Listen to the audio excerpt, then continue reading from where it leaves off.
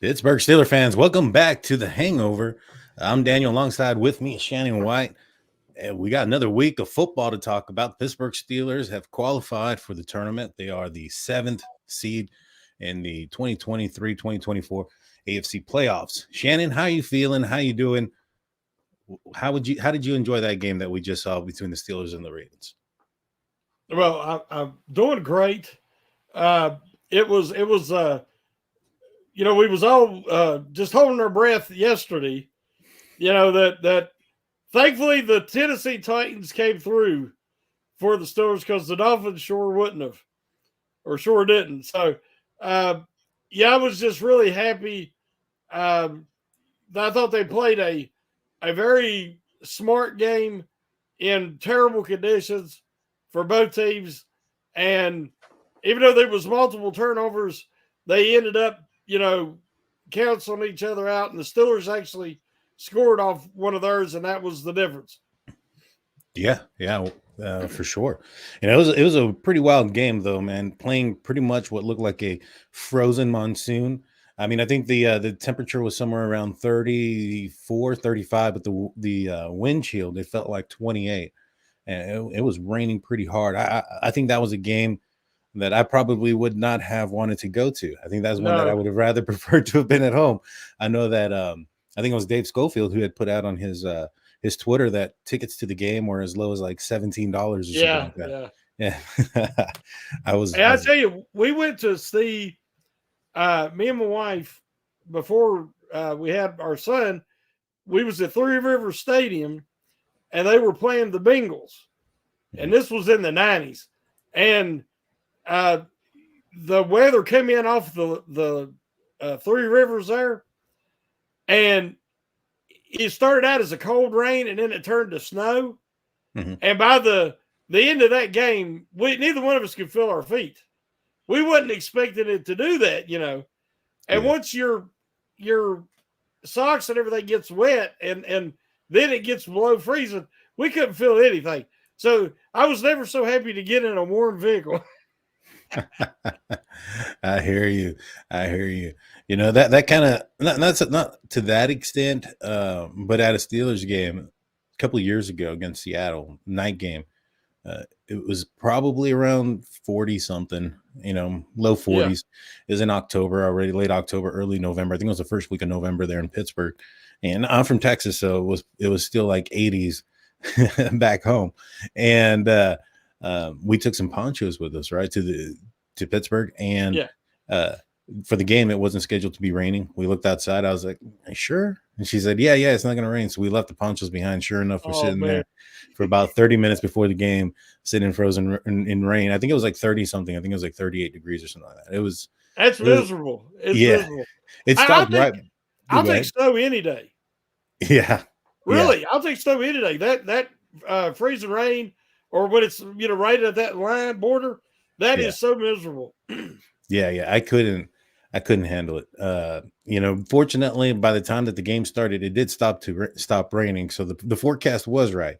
It was not going to rain during the game, just the hour up until kickoff while I was sitting there or while Yes, I and was in then the you had to sit there stadium. the rest of the time. Yeah, Yeah, it was a good day. It was a good day. The Steelers won just like they did on Saturday night. They didn't have to wait long. The following day, Tennessee took care of Jacksonville, and the Steelers are in. Uh, you know, 3 or 4 weeks ago, nobody would have predicted the Pittsburgh Steelers going into the playoffs, especially after losing the way they did to a couple of teams. The turnaround has been vast, quick. A lot of credits going around to a lot of places. One place is Mason Rudolph, 18 for 20, 152 yards. So he didn't have himself a huge day, but very efficient. One TD, uh, a 115 quarterback rating. What was your thoughts on Mason Rudolph throughout the game? I know he had a couple of fumbles and things, but overall, what did you think about his performance? uh, just another professional performance. I mean, he's a 6 year vet, and he looks like a 6 year vet. He's playing with house money. He has nothing to lose, everything to gain. He's going out there. He's staying calm and confident in the pocket to the last second. I mean, I'll take a sack or two as long as you have ball security, if it means that, he's holding the ball and staying and keeping his eyes downfield, and he's hitting some of them passes later in the route. And that's something we hadn't seen all season. And it's opening up a lot of the playbook. And we see the Ravens fully commit to take Pickens away. And so he didn't force it. He threw the one ball that could have been and probably should have been intercepted. But it seemed like that clicked in that bad weather and everything. After that, he threw no 50-50 balls at all, or anything up for grabs. That was just, he didn't read that safety sitting in the center of the field. He thought it was clear, and he tried to put it in there. But 18 to 20, man, you can't ask for much more in those conditions, because neither team was going to light up the air, throwing the ball. And it was such a miserable, cold, rainy day. It actually neutralized one of his best weapons in Jaylen Warren, because I don't think people understand a lot of times pressure points when it comes to carrying the football. If you're 5'7", 5'8", whatever Warren is, you have a very short span and less surface area, for one, against the football. And then instead of having the pressure points where you want it, with Warren, with his short arms, it comes up in his palm. So if you watched, he had a terrible time securing that wet football.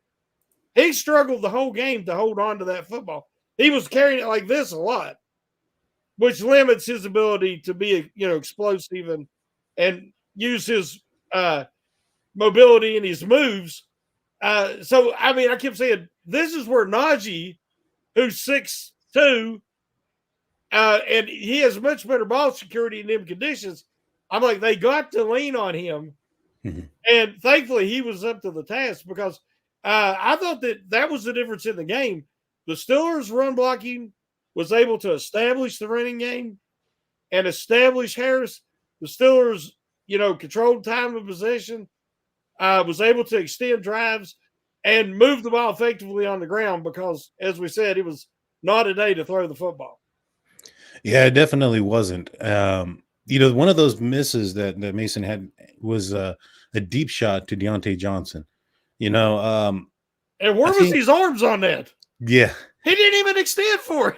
He also slowed down a little bit. I don't know what happened there. I really don't know. Yeah. He slowed down to push off. It was weird. So he didn't have to. Yeah, he didn't have to. He hadn't beat. Yeah, he had leverage. Yeah. If he just kept running through, he would have caught that ball in stride. It would have been a in the bucket throw, similar to the one that was thrown to Pickens in against Cincinnati, and he would have been 18 or 19 of 18 for over 200 yards and 2 touchdowns, and it would have been an even greater day for him. But based on what they were asking him to do, take care of the football, especially in that type of weather. I mean, he did put the ball on the ground a couple of times. Those are some things that, the Steelers bailed him out for the majority of them. He lost one, I believe. And I think that one was the one right before the half that did take some points off the board as well. In my opinion, I think Boz, probably kicks a field goal there. But Najee Harris, you're right, 26 carries, 112 yards, 4.3 average, a touchdown. I thought he played very, very well. He's a guy that, looking ahead into Buffalo, that you're probably going to have to lean on again because of the weather element as well. Oh yeah. But this rushing game, Isaac Seumalo, I think this was one of his coming out games as far as being a Steeler in the running game. He was dominating. Mason Cole kind of cleaned up the snaps for the most part. I think there was one that may have been low, but the rest of them they weren't on the ground. What were your thoughts on the offensive line? Oh, as you say, Samalu's really found his footing. I think he misses Jason Kelce. When you go from Jason Kelce to Mason Cole, that's a huge difference. And, he was on that, really elite level line in Philly. And it's been an adjustment period. One, the type of blocking they've asked him to do. But if the Steelers in the last few weeks are starting to put in more trap plays, which is a staple of the Steelers for many years. That's something they moved away from in their run blocking for the last few years. I love to see the trap blocks back. And on that one touchdown to Harris, he threw a beautiful trap block and sprung Harris.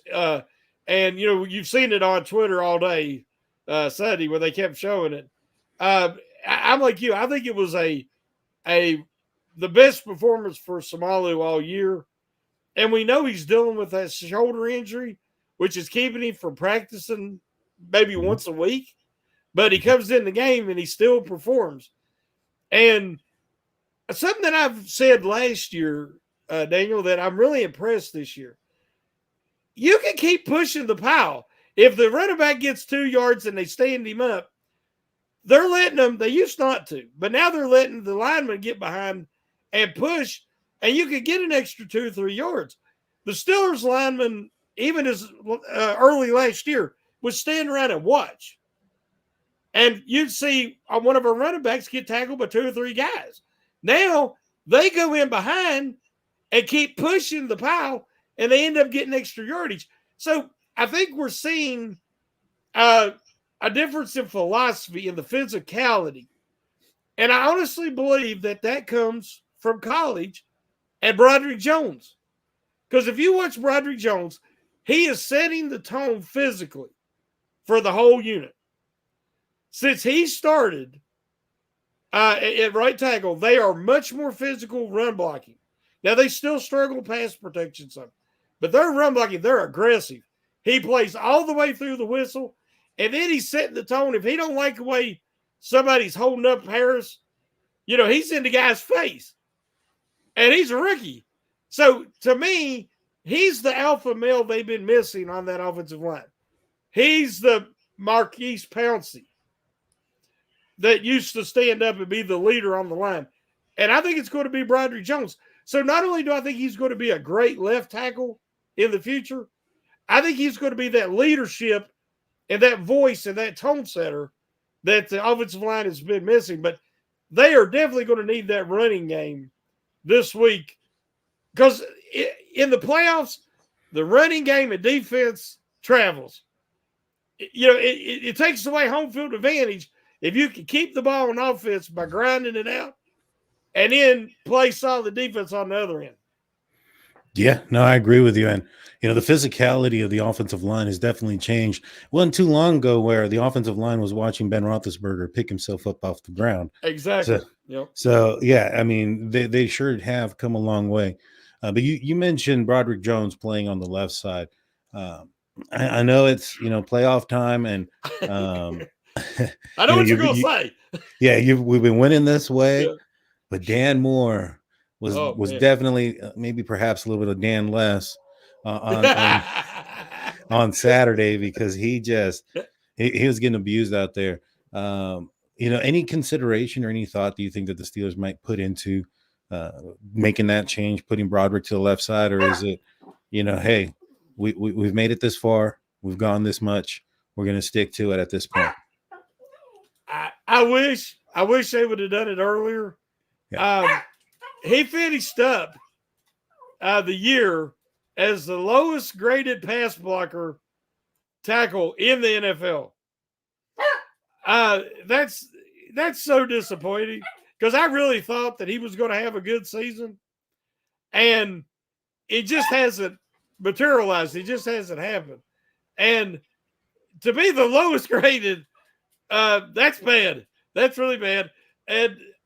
But we've been saying it, Daniel, for a few weeks now that they needed to move Broderick and bring in the Corford. We've said it. Now, Dan Moore's run blocking has been fine, but you can't be one-dimensional. His pass blocking is so subpar that it makes him hard to play. Mm-hmm. So I can't remember if it was you. One of my podcast partners believe he's a guard eventually. Yeah. And if they do move him to guard, maybe that's an answer. But that's next year. I would really, as much as he's struggling, I would have done it 2 weeks ago, or when they made the move to Rudolph, I would have also changed the line. But they didn't, and now I think it's too late.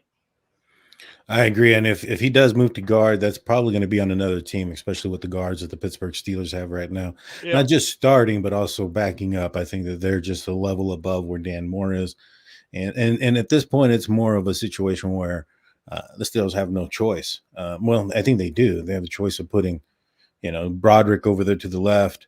But I think that, I mean, it could mess up something that they've already built with Broderick on the right. So I think unless there's some sort of like injury or something like that, uh, exactly. Yeah. yeah, I think that, um, yeah, we're probably going to be stuck seeing it this way. Perhaps maybe I don't know. It's supposed to snow this weekend, ain't it? Out there in Buffalo. Well, they said originally maybe 2 inches on game day. Now Mhm. they're saying low 40s to high 30s, really windy, Mhm.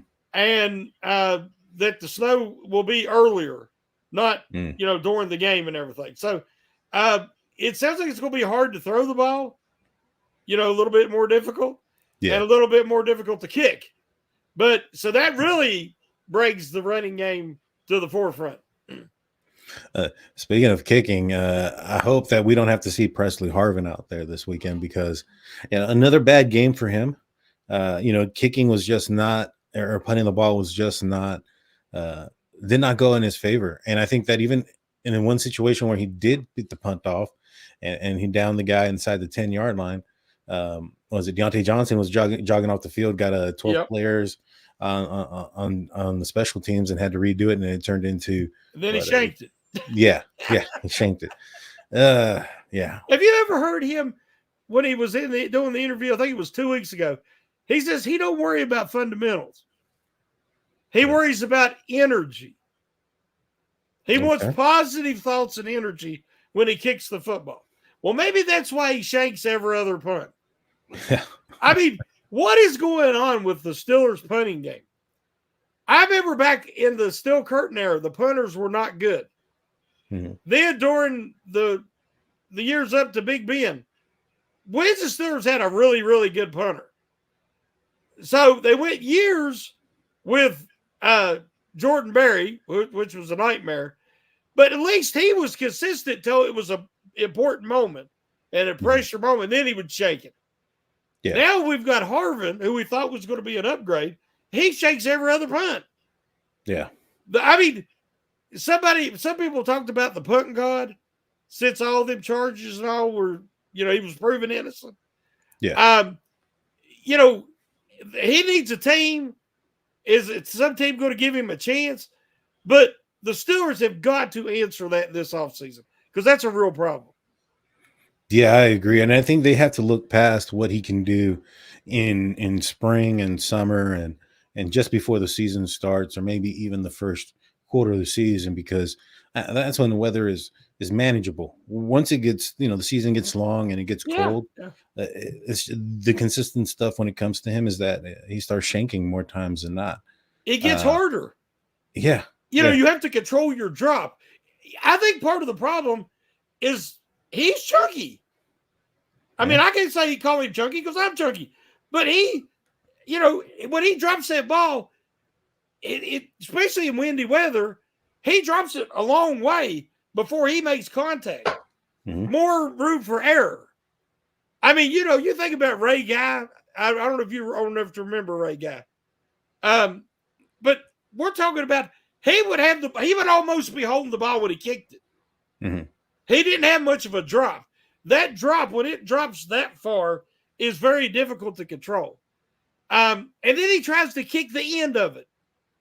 Hmm. If you watch him, he tries to kick one of the ends when he's trying to kick short, um, and trying to pin him inside the 20.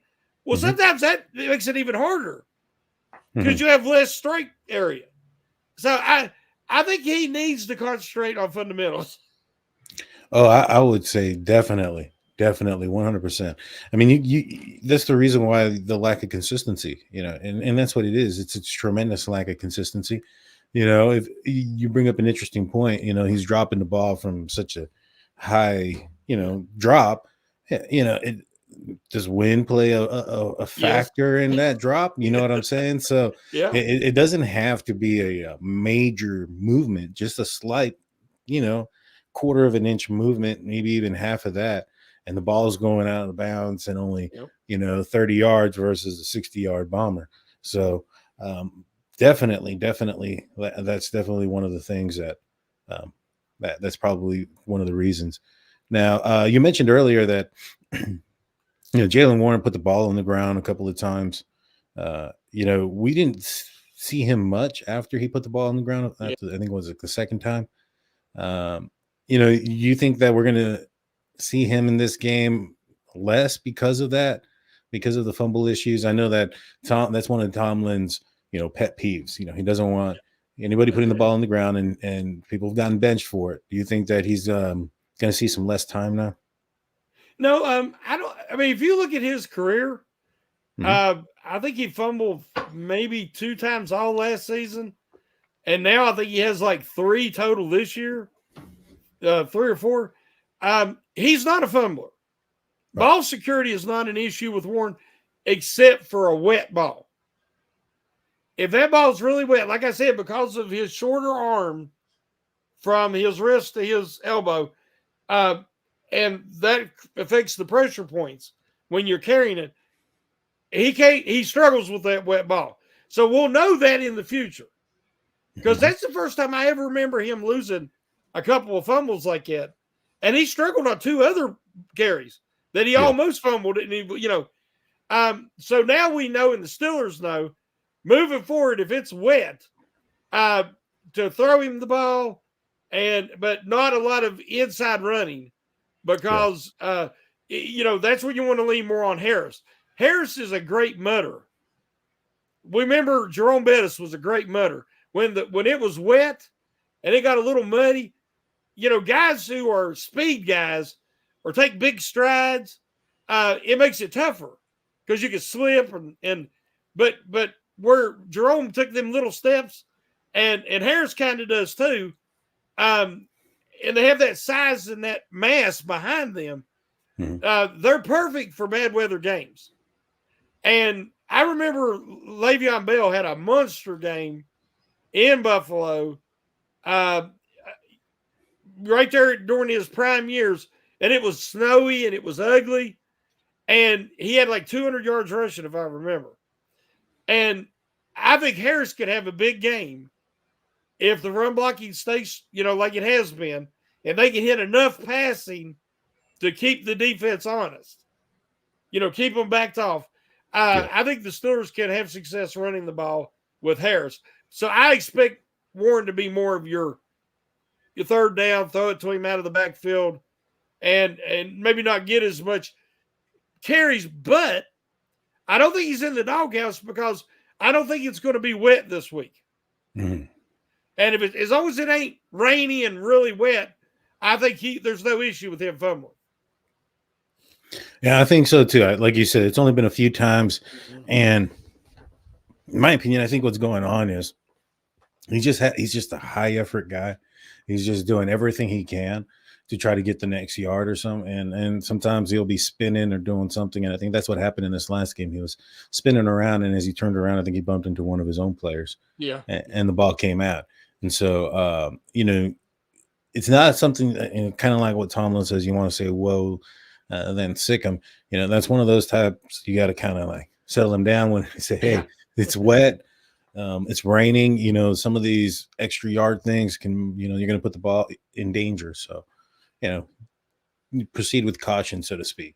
Mm-hmm. But yeah, I think that he's probably going to see maybe a few snaps less, but I don't think he's going to be taken out completely, especially in a game where the Steelers are going to have to, really, really rely on the running game. I think that's the identity of the Pittsburgh Steelers right now. That's where, you know, um, that's what makes them successful. That's what opens up the passing game, in my opinion. And when they both are working like that, it's very complementary offense Mm-hmm. or play. I'm super impressed. Did you hear the comments from Deontay Johnson on that touchdown pass, and that how that play was developed and things like that? No, I didn't hear it. So he said that, throughout the week that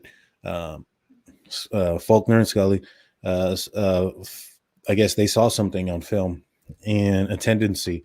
And I think we saw it a little bit early in the game where, when Mason Rudolph was almost intercepted, he was staring down the receiver going into the middle. The safety was going to run right there wherever he was staring at, no matter what. Deontay said that they had seen that or something. I'm assuming that's what they saw in film, and that they developed that play and they worked on that play all week. But that was a play that was created that week. That wasn't a Matt Canada play, so to speak. So Definitely not. Definitely not. So it was 100% on the new regime, and it worked perfectly. I mean, Mason Rudolph looked off the safety moved, and that throw, I mean, there's one thing that I've been saying about Mason Rudolph up to this point. I thought he played, well. I've been saying that he hadn't done anything elite or super special or anything like that. He was just, he was taking what the defense was giving him and being accurate with the ball. That throw, that was different. That was threading the needle between the safeties and the timing, being able to hit him on stride. I thought it was a thing of beauty. What were your thoughts on that play? And now knowing that, that was a play that was developed this weekend or this week, that gave you some extra confidence in the direction of the offense. Well, I'm just developing more and more confidence in Rudolph because of the fact that he will stand in there that extra couple of milliseconds to let that play develop. We saw earlier in the year, because of the offensive game planning and game and play calling and the lack of faith in the offensive line, which in all truthfulness is still struggling in pass protection, but Rudolph standing in there anyway. There was times that the quarterbacks were not given the play long enough to develop and was starting to move and scramble. And then, the guy would break open, but they're already on the move. Well, Rudolph's not doing that. And like on that play, as you said, very similar to where he almost threw the interception, the safety started coming up, but he waited another half second, let Johnson clear him, where then he was wide open and it was off to the races. And we've said it before, even it's funny, that was the first play of the fourth quarter. So it went to break, the commercial break, and I told my wife, I said, they need to hit a slant pass to Pickens. I said, because I think he can take it to the house. So I don't know how it was on everybody else's TV, but my TV, they come back right before the snap. So they snap the ball, and Rudolph hits the receiver, and he's racing off. And I said, oh my God, he did it. And then I realized it wasn't Pickens. It was Johnson. Yeah. And then he took it 71 yards. I was so excited. I was happy for Johnson, and I was happy for Rudolph. The Steelers needed that in the worst way, and it couldn't have been timed better. But again, if you hit the guy in stride on time, those kind of plays can develop. But why are defenses playing the Steelers like this? The Ravens played the Steelers very similar to how they played them the first time, because they don't expect the Steelers to use the middle of the field. They do not expect the Steelers to throw slant passes. All that Faulkner and Sullivan have to do is call a few of these plays each game, and they're guaranteed to work, because teams have just seen 3 years of Matt Canada's BS, and I'll be nice. And now they're saying, well, we know your tendencies. So if they leave their tendencies, which they've been able to do since Canada went bye-bye, and now you've got Rudolph, who is in there and can execute these plays, you're seeing the Steelers offense open up, and it's creating these big plays. But that was a perfectly designed play. It was called at the most opportune time, coming back, starting the fourth quarter. And that allowed us all to breathe a little easier. Oh, yeah. I just remember the play going down, and I mean, at that point, I was like, I think we got this game. I knew there was a whole Yeah, quarter to yeah, go through and stuff like that, but the Ravens looked demoralized. They weren't really playing for anything. yep. You could see a lot of their players celebrating some of the things that, the bonuses that they were getting. I think Clowney was one of them that was clearly celebrating for the $750,000 check bonus he got Yeah, for the yeah, yeah. sack that he got. I mean, if I made seven hundred It was fifty thousand close. dollars. It was close to being an incomplete pass, but Yeah, yeah. yeah, that's true. Uh, but yeah, I would have been celebrating just the same. But we're going to take a quick break. Don't go anywhere, especially if you're on the live side. It'll be just a quick second. On the audio only, we just have a few words from our sponsors, and we'll be right back.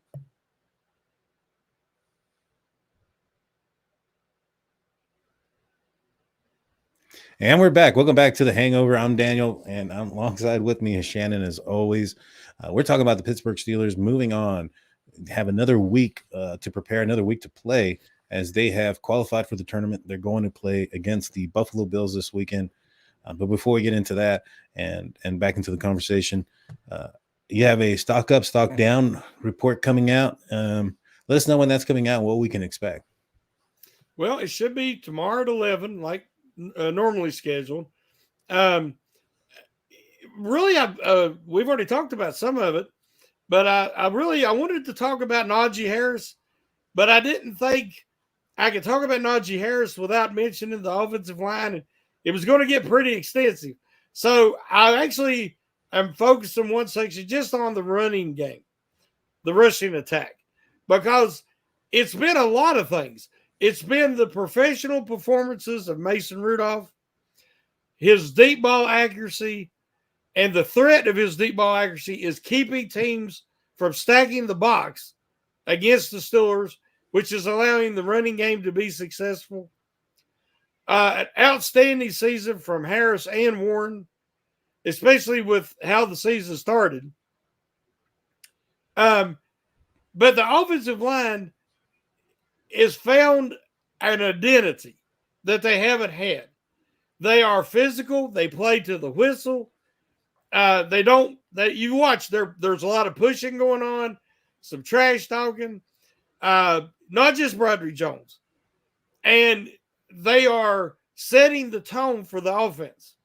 It's what we expected all year, Daniel.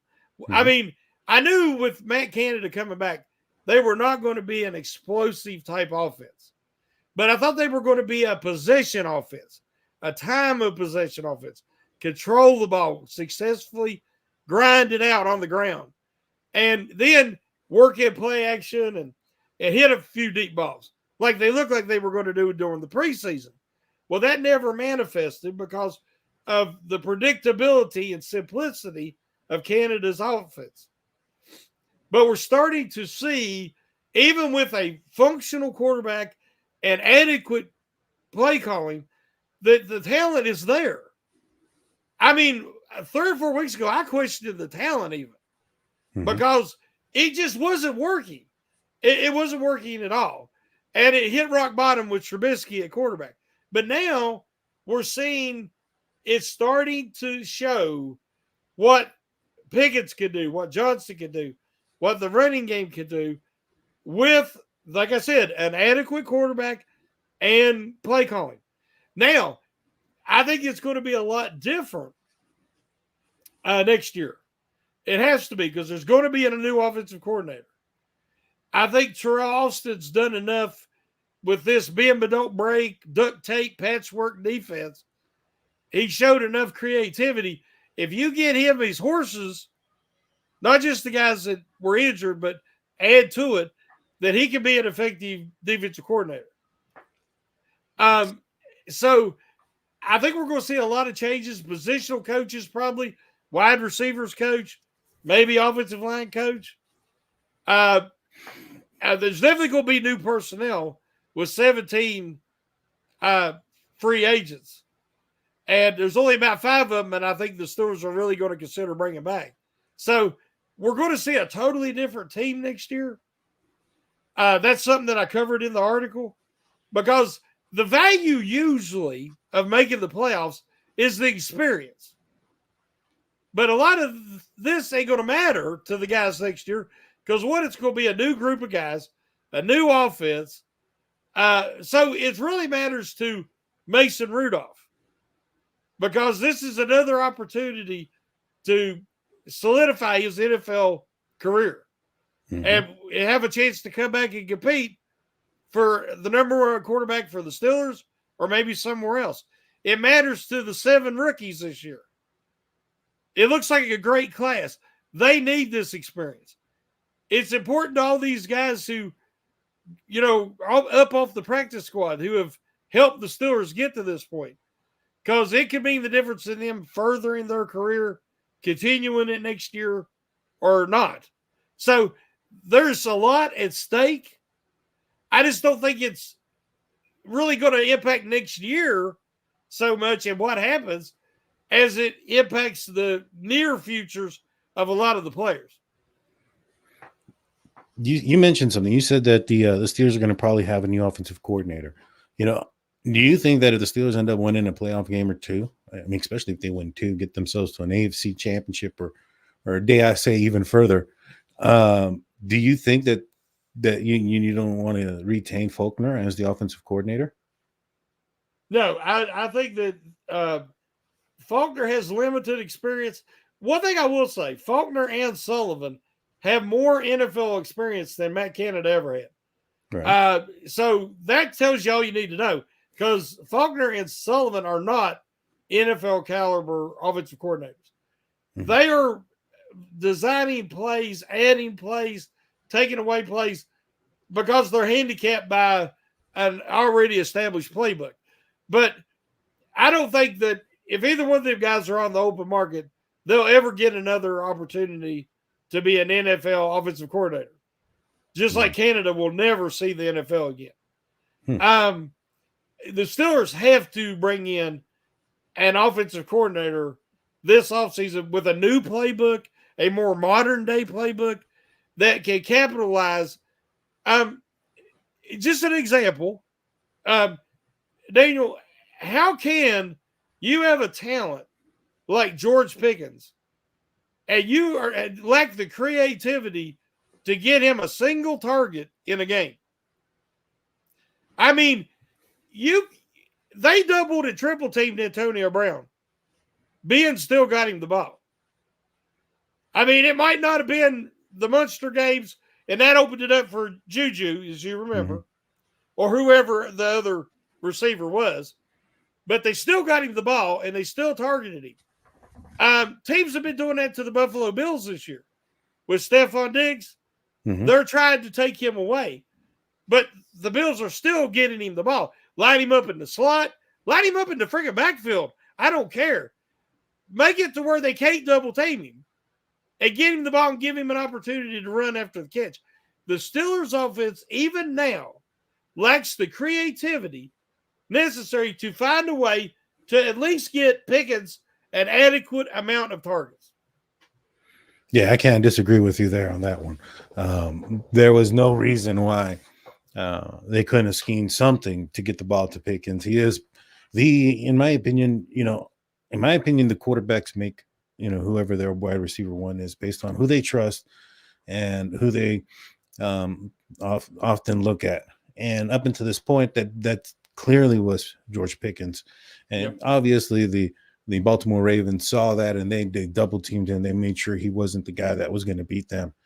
But, I did notice that Pickens wasn't too upset about it. He seemed like he was all right. That was the kind of, that's what you want to see in your players, understanding that the impact that he's going to have on that day is allowing the other players around him to have a day. Deontay Johnson hadn't had a game like that in a while. And the reason why he had that game is because George Pickens took a lot of the attention. Najee Harris took a lot of the attention, and it left him open. Yep.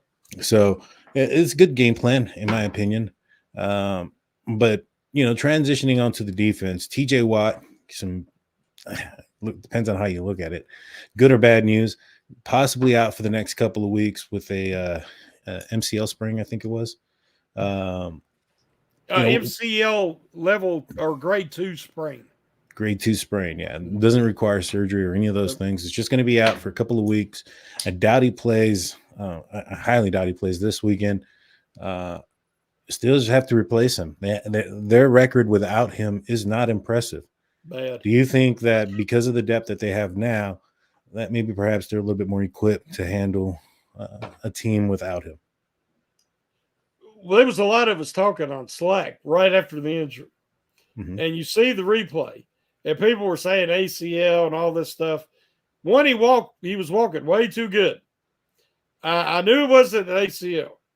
Mm-hmm. You worry in that case of an MCL, meniscus tear, things that could put you out a few weeks. Then I heard that he lobbied to come back in the game, and they said no, which was the right decision, obviously. Yeah. But you could get an MCL sprain with a hyperextension. I've had like 6 knee injuries. So I'm well versed on the knee injuries. And so I was watching him, and when he was walking, not much of a limp, I said, I don't think it's anything major. And they said grade 3 originally. Now, grade 3, you don't have to have surgery, but you're talking a complete tear and usually 4 to 6 weeks recovery time. And I was like, oh, man, that's not good. But then JJ reported it was grade 2. And literally 2 weeks, a lot of guys come back if they play on that 3rd week, with some support, brace or whatever. Knowing TJ Watt and the fact that he did want to come back in the game, I don't think it was really that severe. This week's for getting the swelling down and pain management and rehab. If they can win, it would not shock me at all if he's not available to play if they can move to the 2nd round. At least the Steelers are much more prepared for his absence now than they were last year. Last year when Watt went out, it was, what a huge difference. They just could not generate a pass rush. They couldn't set the edge. Now they got Marcus Golden, who is a veteran with 3 seasons with over 10 sacks, double-digit sacks. And he's had a really good year for the Steelers in a relief role. And Nick Herbig. Because I'm telling you, Daniel, if he gets 15, 20 snaps, it wouldn't shock me if Herbig doesn't have multiple sacks this week. Because Herbig is a different animal. He's got the sacks he has this year. Did he have 5? I don't know, but he has some crazy production on limited very snaps. Limited, yeah. And so if he gets a little bit of extended exposure this week, it's only going to be good for him moving forward in the future. And it wouldn't shock me if he don't get a couple sacks. Yeah, I think so as well. I mean, I know that it appears that the left tackle for the Buffalo Bills, he's going to be out. He's dealing with some injuries. So, all the attention is going to be on Alex Highsmith. They're going to be, attracting the offensive line is going to be shifting towards the left side for help. It's going to leave Herbig on some one-on-one situations, on Golden on one-on-one situations as well. And so I do think that this could be a game that the Steelers surprise some people. I mean, right now, I think they're a 9.5-point underdog. Yeah. For a team that only scored 14 points offensively, the Buffalo Bills, that is, and who hasn't really lit up the scoreboard offensively. Do you find that a little disrespectful? I think it's because that the Bills are an established contender, and they were 7-1 at home, or something like that. They are really good at home. That's a tough place to win, and Mason Rudolph is on a magical run, but this will be his 4th game, and so I just think if you look at all that, they're just trying to set a logical line with the fact TJ Watt's out. I think if Watt was playing, it'd probably be more 5.5. Yeah. But with Watt out, and everybody knows the Steelers' record without Watt is not good. So I think that's why they're setting that line. But hey, I hope it does upset the Steelers, piss them off. Hey, we're being disrespected because hey, they need all the help they can get. Yeah, I'm sure that that's something that is up on the bulletin board there and on the south side in Pittsburgh, Yeah, uh, at the practice facility. Uh, the secondary in this last game against the Ravens and Tyler Huntley, he was 15 of 18, or 15 of 28, 146 yards, had one touchdown. They basically had like one drive, Baltimore, in my opinion, that really did well. I didn't hear Joey Porter's name at all. I think they avoided throwing to him. Levi Wallace. Uh, I thought he played all right. The secondary played well, especially given the fact that it's still a cut and paste type of yeah, secondary up to this point. Mika Fitzpatrick has stated that he's going to be coming back, and we know that DeMonte Casey's coming back. yeah. How much better do you think the secondary can be with just those two guys back? And does Eric Rowe keep a position, have a position on or playing time with those guys coming back? Well, I'm more impressed with Rowe as a starter than I am Kazee. I Mhm. like Kazee as a deep safety, play deep center. He's got good range, and that's his forte. But I like Rowe's instincts, especially in zone. He just has a knack to float into open throwing lanes, uh, and he's also a much superior tackler to Kazee. Kazee blows you up, or he misses. He bounces off because he's small. If you watch Rowe tackle, he's a form tackler. Mhm. He stopped one tackle for loss. I think he had 12 total tackles, 10 solo, led him in tackles again, one tackle for loss, and one pass defense. And on the tackle for loss, he wrapped up the running back in the backfield, made a great tackle low, took his legs out. It was a perfect form tackle. So I'm very impressed with Eric Rowe. He's 31 years old. I'd like to see him come back and provide depth for the Steelers because playing for the Dolphins and especially the Patriots with Belichick, he is very versatile and he's very intelligent. And you can watch him make in play adjustments uh, with his depths, his drops. And a lot of our guys, including Kazee, cannot do that. So I would like to see Kazee be the backup and come in and play in certain packages, but Rowe and Fitzpatrick start. Yeah, I think that may end up being what happens, especially for this game, just given the fact that during the suspension, Casey wasn't even allowed in the building. Yeah. So it's been some time since he's been out, to get him caught up to speed and things like that. But I do think that we're probably going to see less, Killebrew out there, Elijah Riley, those kind of guys out on the field, with KZ back, and also Rose, increased Yes. ability, and Mika Fitzpatrick also back as well.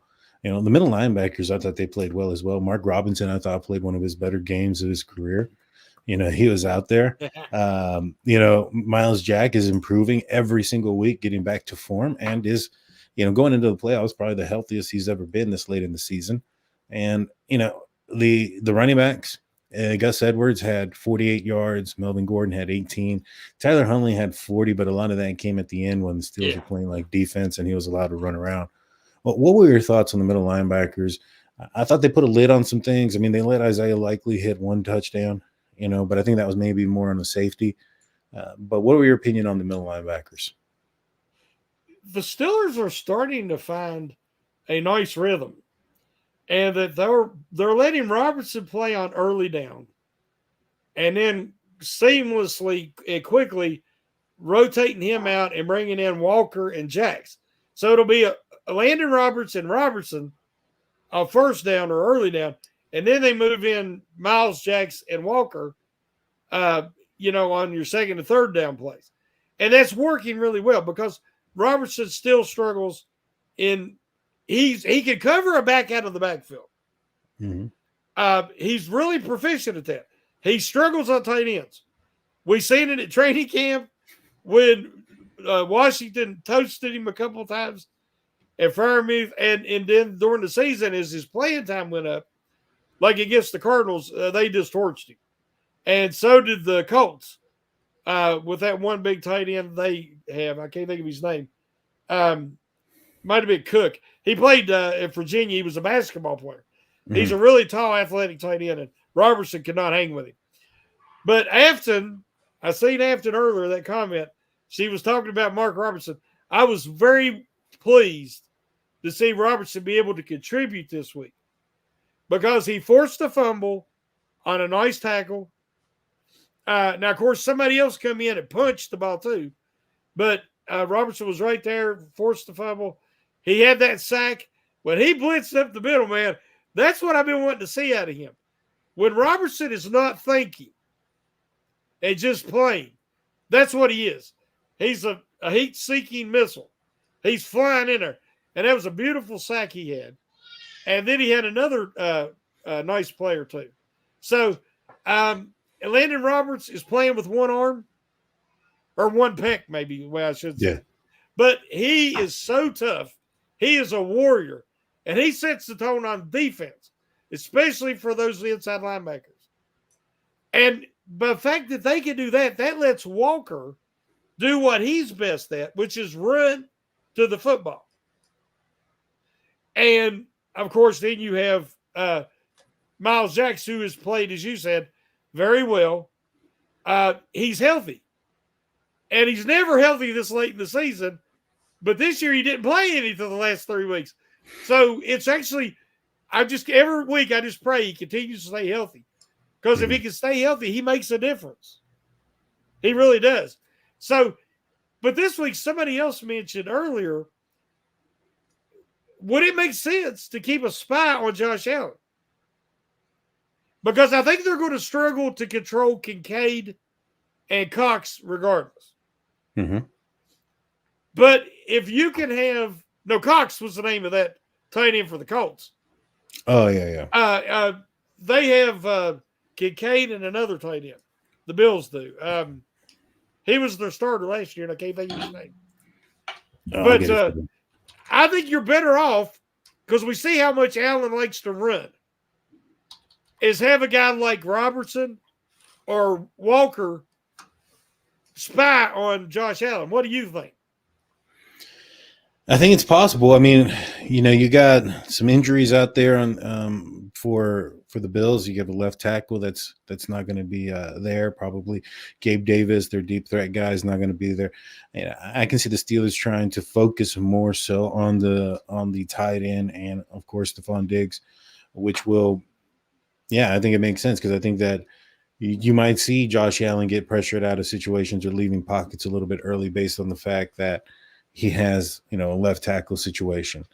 I think that it would probably behoove or be smart of the Pittsburgh Steelers to have that spy in case he runs, because he's a big dude and he's hard to tackle.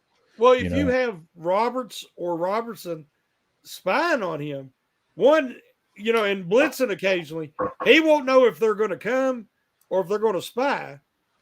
And because he killed Miami with his legs last night. Mm-hmm. And so I think, and you have to have somebody big enough to tackle him. If it's a secondary guy, he runs over a lot of them guys. Mm-hmm. So you need somebody like an inside linebacker big enough to tackle him. Yeah, Dawson Knox. Yes. Thank you. Yeah. That's going to be something to see. I mean, I think that Minkah Fitzpatrick is probably going to be tasked with covering one of the tight ends or the slot receiver. The Stephon Diggs, I think that we're probably going to see Joey Porter follow him, especially since Gabe Davis is not expected to play.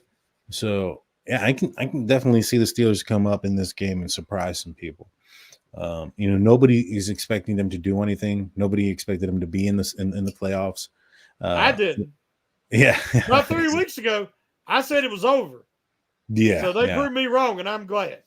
Yeah, I think there was far and few folks in between that were thinking that the Pittsburgh Steelers were going to make it into the playoffs.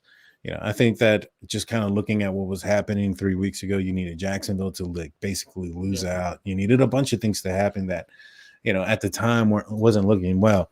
Which reminds me, what do you think about, you know, all the content and all the attention that Jacksonville's getting for the terrible towel waving that they did a couple weeks ago when they beat the Steelers? Hey, baby, the curse is real. The curse of the terrible towel. You don't disrespect Myron Cope. I mean, this guy is a beloved figure in Steelers history.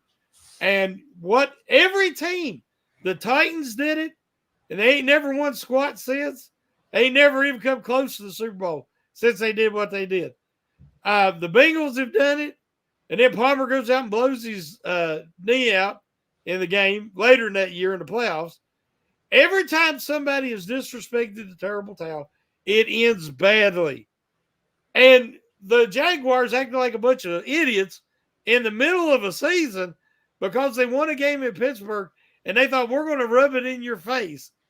And even the one guy pulled the terrible towel away from a kid and was doing that and then stomped on it. And I remember saying then, they're either going to get him again in the playoffs and they're going to knock him out, or they're not going to make the playoffs. Well, guess what? Now they're home watching. So bye-bye, Jacksonville. Karma, baby. Karma that came up and bit you on the tail. You know it. You know it. And with that said, that's going to do it for us with the show. Before we let everybody go, though, of course, you have Pump Your Brakes on Wednesday. That's going to be live. It's what, 8:30 p.m. Eastern time. Is that correct? Yes, 8:30 Wednesday. And on Friday, was it Friday about noon, I think, is when it comes out. On the audio side only on Still Current Network. Go check it out if you haven't checked out the audio side only. There's so much content you're missing out. But I have an audio only podcast that airs out on Friday called State of the Steelers. You know, this is a big win. I'm excited. You know, I'm excited for the team. You know, this definitely feels different than the last couple of times that the Steelers made the playoffs, where we felt that they were just going to get blown out of the water in the first round for whatever reason, whether, you know, Ben was old or, you know, injuries and things of that nature. You know, this one feels different. This one feels like we have a chance. I think we have more than that. There's no dominant team this year, guys. I mean, the 49ers are the closest thing in the NFC. And the AFC, I mean, if you get in, you have a chance. That's what type of season it's been. So this year, there's more hope than there's been in a while. 100%. And if you look at the quarterback ratings and statistics, your Pittsburgh Steelers quarterback is the best one when it comes to the quarterback position over the last 3 weeks. So they definitely got a chance. And tomorrow, yes, the Scobros will be on. To my knowledge, I don't think I've heard anything different. No, it'll be tomorrow. Yeah. Yeah. So with that being said, we appreciate everybody. We thank you guys. Shannon, take us out.